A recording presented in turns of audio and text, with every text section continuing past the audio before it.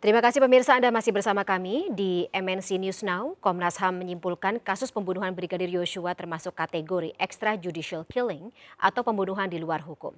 Tapi salah satu hasil rekomendasi Komnas HAM adalah soal adanya dugaan pelecehan seksual bertentangan dengan hasil penyelidikan polisi sebelum ini.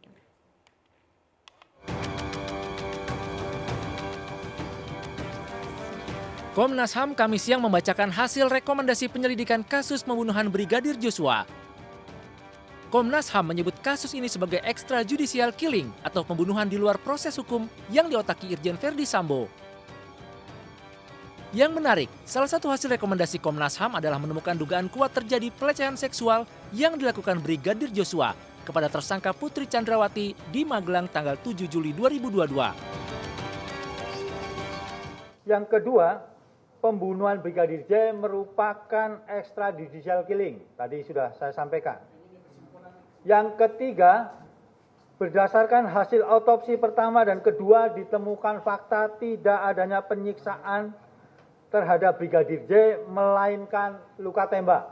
Tadi juga Pak Anam sudah menyampaikan bahwa penyebab kematian adalah 2 luka tembak, yang satu di kepala dan yang satu di dada sebelah kanan. Terus kemudian terdapat dugaan kuat terjadinya peristiwa kekerasan seksual yang dilakukan oleh Brigadir J kepada saudari PC di Magelang tanggal 7 Juli 2022. Tadi detailnya. Hasil rekomendasi Komnas HAM ini kontra dengan hasil penyelidikan polisi soal tidak ditemukan pelecehan seksual yang dilakukan Brigadir Yosua terhadap Putri Chandrawati, terutama di rumah dinas Duren 3 Jakarta.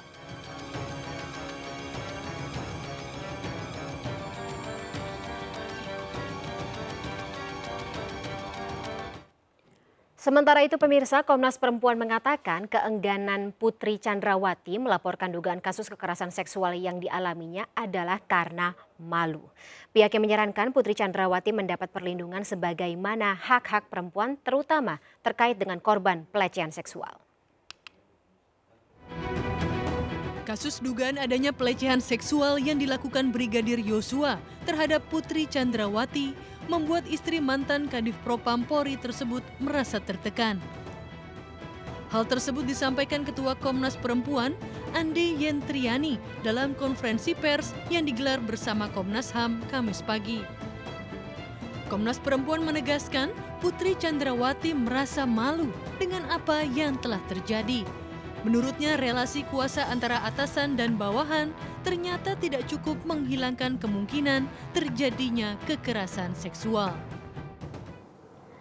Kami perlu menegaskan bahwa keengganan pelapor untuk melaporkan kasusnya sedari awal itu karena memang merasa malu dalam pernyataannya ya, merasa malu, menyalahkan diri sendiri, takut pada ancaman pelaku, dan dampak yang mungkin mempengaruhi seluruh kehidupannya. Dalam kasus ini, posisi sebagai istri dari seorang petinggi kepolisian pada usia yang jelang 50 tahun, memiliki anak perempuan maupun rasa takut pada ancaman dan menyalahkan diri sendiri sehingga merasa lebih baik mati, ini disampaikan berkali. Terkait adanya dugaan kekerasan seksual yang terjadi di Magelang, Jawa Tengah, Komnas Perempuan merekomendasikan agar Putri Chandrawati mendapat perlindungan sebagaimana standarnya hak-hak perempuan dipenuhi. Misalnya dalam memastikan bahwa penyidik itu selalu melibatkan penyidik perempuan, akses pada pendampingan kuasa hukum, pada pendampingan psikolog, dan juga untuk memastikan adanya koordinasi lintas unsur untuk penanganan yang terpadu. Putri Chandrawati telah menjalani 2 kali pemeriksaan sebagai tersangka. Namun hingga saat ini, istri dari Verdi Sambo tersebut belum dilakukan penahanan dengan pertimbangan kondisi kesehatan dan masih memiliki anak balita. Dari Jakarta, Esra Ambarita, Ilham Elias melaporkan. Ya, dugaan pelecehan seksual kembali diarahkan kepada mendiang Brigadir Yosua Huta Barat. Kini pengusutan kasus pembunuhan berencana yang menjadikan mantan Kadif Propam Polri, Irjen Pol Verdi Sambo, dan istrinya Putri Chandrawati sebagai tersangka seakan menjadi sebuah benang kusut. Putri masih berkeras dirinya mengalami pelecehan seksual dari Brigadir J. Putri mengaku tindakan tersebut menyebabkan trauma dan membuatnya depresi hingga sempat mempertimbangkan untuk bunuh diri. Sebelumnya, Komnas Perempuan juga membeberkan ada temuan terkait dugaan kekerasan seksual tersebut dalam ulasannya Kamis 1 September 2022 bersama Komnas HAM. Kita akan bahas lebih dalam sore hari ini bersama Ketua Komnas Perempuan Andi Yentriani, dan kami juga masih menunggu Sri Kandi Indonesia Bersatu Irma Huta Barat untuk bergabung bersama kami sore hari ini. Saya akan sapa terlebih dahulu Mbak Andi. Selamat sore Mbak Andi. Selamat sore, Mbak. Baik, Mbak Andi, sebelum kita elaborasi terlebih dahulu terkait dengan ulasan Komnas Perempuan kemarin, saya akan luruskan dulu berdasarkan ulasan Komnas Perempuan bersama Komnas HAM kemarin. Apakah ini atau yang dialami oleh Putri Chandrawati itu kekerasan atau pelecehan seksual? Karena memang terminologinya sendiri berbeda.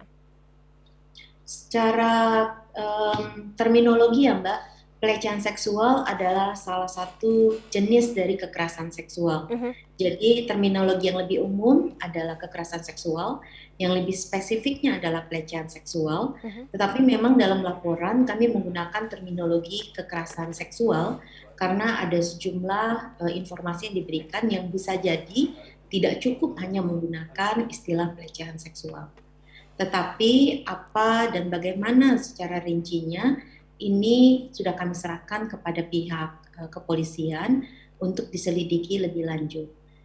Kalau boleh saya sekalian klarifikasi ini Mbak Fani, dalam pernyataan klips yang ditayangkan tadi, kami menyebutkan bahwa informasi yang kami peroleh dalam pemeriksaan tim gabungan Komnas Perempuan dan Komnas HAM pada bagian yang kedua, yaitu tentang bahwa ada penyidik yang perempuan, ada pendampingan hukum, ada pendampingan psikologi. Ini adalah hal yang sudah dilakukan dan menurut kami ini adalah praktik baik untuk penanganan perempuan berhadapan dengan hukum yang harusnya juga dilaksanakan dalam kasus-kasus yang lain ketika kepolisian melakukan penanganan pelaporan kasus kekerasan seksual secara khususnya maupun laporan-laporan kekerasan terhadap perempuan lain pada umumnya. Tapi kalau misalnya mungkin boleh digambarkan sedikit Mbak Andi, dalam pemeriksaan Putri Chandrawati saat ini, betulkah penyidik yang ditempatkan ini perempuan? Katakanlah, karena kita kan selama ini sedikit merasa ya, untuk korban pelecehan seksual sendiri di Indonesia tentunya ini mendapatkan perlakuan yang tidak sesuai dengan standar, terutama yang sudah ditetapkan oleh Undang-Undang TPKS. Nah, ini yang betul kami tanyakan kepada Ibu PC dan menurut informasinya dalam proses pemeriksaan selalu melibatkan penyidik perempuan. Karena itu tindakan ini atau pendekatan ini tentunya penting ya untuk dicatat sebagai sebuah pendekatan yang harus menjadi standar di kepolisian di kemudian hari agar lebih banyak lagi kasus-kasus tindakan ini dengan semestinya. Nah, Komnas Perempuan juga perlu untuk mengklarifikasi informasi lainnya. Yang pertama adalah kasus yang dimaksud ini bukan kasus pelecehan seksual sebagaimana dilaporkan terjadi di Jakarta. Kasus yang terjadi di Jakarta ini kita tahu semuanya sudah dihentikan.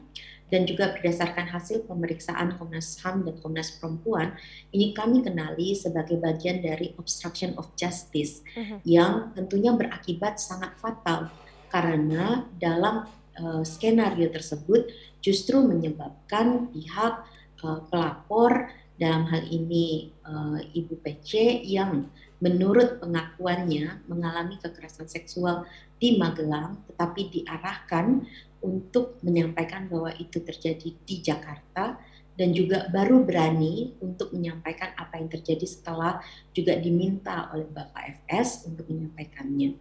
Jadi ini adalah obstruction of justice yang sangat fatal bagi pelapor, tapi juga dalam upaya pengungkapan kasus kematian Brigadir Joshua.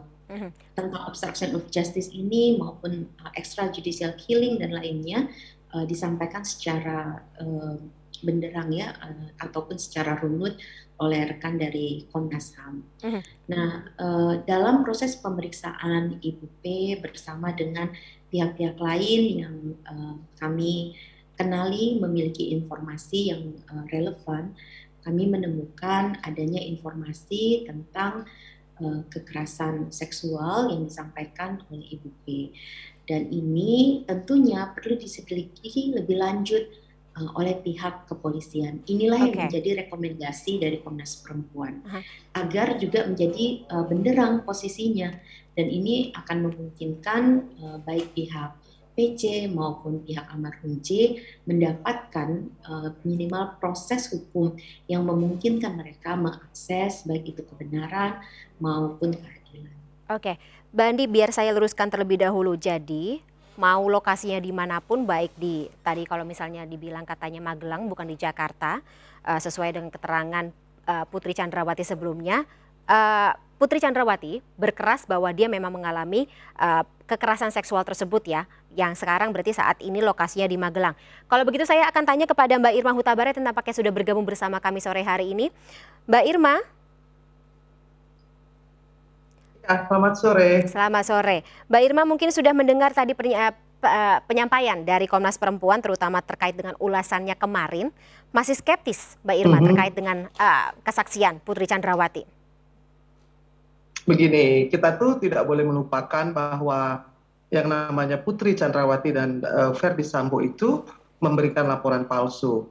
Ya, jadi bukan hanya sekedar obstruction of justice, tapi lebih lengkapnya laporan palsu mengenai pelecehan seksual dan juga soal percobaan pembunuhan. Itu yang pertama. Lalu yang kedua, kita pahami bahwa dari awal kejadian Brigadir J atau Joshua Huta Barat ini akan terkubur dalam-dalam seandainya keluarga tidak membuka peti jenazah dan yang namanya Kamarudin Simanjuntak tidak mengadukan ini sebagai pembunuhan berencana 340. Siapa yang membuat senario? Ferdi Sambo dan Fahmi Alamsyah. Jadi senario itu dibuat beberapa. Senario yang pertama gagal, maka senario yang kedua adalah TKP-nya dipindahkan. Tadi saya mendengarkan penjelasan dari Andi Yentriani soal berdasarkan pengakuan. Yang namanya kekerasan seksual itu yang pertama adalah harus ada bukti empirik. Apakah dia sudah visum? Apakah ada bagian dari tubuhnya yang terluka? DNA dari laki-laki itu ada di sana. Kalau sekedar mendengarkan pengakuan dari seseorang yang sudah berbohong sejak awal, ya, maka ini menjadi usulan yang sesat. Yang pertama, yang kedua, soal perlindungan perempuan. Saya pernah menjadi ketua dari LKBH IUWK, Lembaga Konsultasi Bantuan Hukum untuk Wanita atau Perempuan dan Keluarga, bersama-sama dengan Ibu Saparina Sadli. Kami yang mengadakan supaya Polwan itu yang memeriksa perempuan, karena yang tadi Anda katakan, banyak terjadi pelecehan bahkan yang dilakukan oleh aparat. Pada waktu itu, zaman Makbul Padmanegara. Ada satu dibuat di Metro Jaya, kemudian di seluruh Jakarta sekarang sudah ada di seluruh provinsi. Itu warisan Ibu Saparina Sadli dan saya ketika kami berada di LKBH, Lembaga Konsultasi Bantuan Hukum. Jadi kalau bicara soal pelecehan, hak perempuan, saya hanya ingin menanyakan dalam rangka apa Komnas Perempuan memberikan rekomendasi supaya tidak ada perempuan-perempuan seperti Putri Chandrawati. Dia seorang pembunuh berencana, pembohong, lalu kemudian dia memfitnah.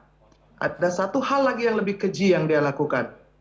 Ketika Joshua dimakamkan secara kedinasan, orang yang pertama kali protes itu adalah Putri melalui pengacaranya. Jadi kita tidak boleh melupakan secara runut. Dari awal ada senario, Fahmi Alamsyah belum diperiksa, Putri yang melakukan laporan palsu sudah diperiksa belum? Kalau dia mengatakan bahwa laporan palsu itu berdasarkan arahan dari Ferdi Sambo, yang sekarang juga pasti berdasarkan dari Ferdi. Kenapa? Karena dia tutup mulut selama 50 hari, karena dia tidak mau menjalankan kewajibannya sebagai saksi dari seorang tersangka, hukumannya itu ancamannya hukuman mati, jadi bukan main-main. Jadi apa yang dilakukan ini menjadi preseden. Preseden bahwa there is no equality before the law, bisalah dicari-cari dalihnya. Alasannya macam-macam. soal perempuan, perlindungan perempuan. Let's talk about perlindungan perempuan.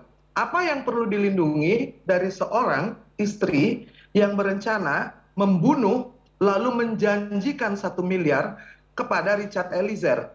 So don't talk like Putri itu innocent atau korban. Itu yang pertama. Kedua, di mana-mana yang namanya korban itu tidak ada yang menghilangkan barang bukti.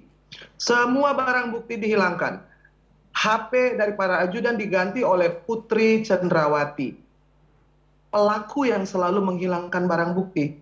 Jadi jangan dibalik-balik nalar masyarakat. Itu yang kedua. Yang ketiga, LPSK mengatakan dipanggil ke Polda Metro Jaya oleh Sambo. LPSK, Komnas Perempuan, Komnas HAM, Kompolnas, lalu ada KPAI.